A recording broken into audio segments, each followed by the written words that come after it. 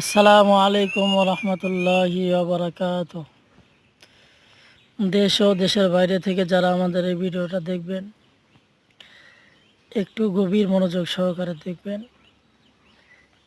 Video করার সময় আনুমানিক বেলা 12টা অথবা সোয়া 12টা। এই প্রচণ্ড রৌদ্রের মধ্যে ছোট ছোট বাচ্চারা অথবা কিছু বড় মানুষও খেলাধুলা করতেছে।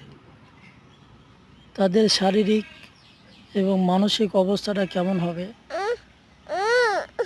এরকম রৌদ্রের মধ্যে ভর দুপুরে খেলাধুলা করলে, আমি একটু আপনাদের থেকে মতামত চাই।